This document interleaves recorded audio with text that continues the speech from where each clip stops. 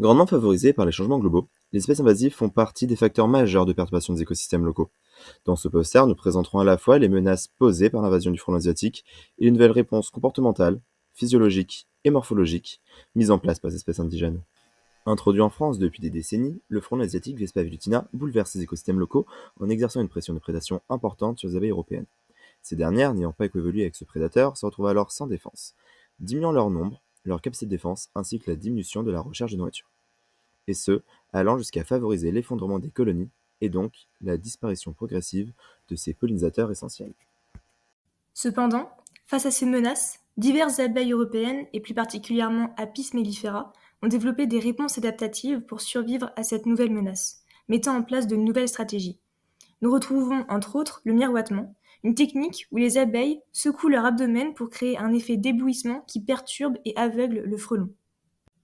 Une autre technique correspond au tapis d'abeilles, aussi appelé méthode de la barbe, qui permet d'encaisser les attaques de frelons et de l'empêcher d'entrer.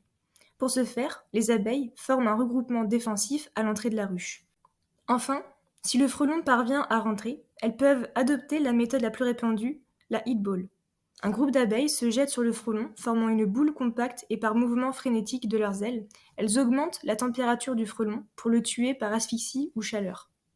Certaines autres espèces présentes dans les écosystèmes touchés ont également été forcées d'innover et de modifier leur comportement pour s'adapter à cette nouvelle menace. Par exemple, une orchidée, Dendrobium sinens, mime certaines hormones des abeilles afin d'attirer le frelon asiatique pour l'utiliser comme nouveau pollinisateur alternatif. De plus, les frelons asiatiques n'ayant pas coévolué avec les abeilles européennes et leurs parasites sont sensibles à certains virus à ARN.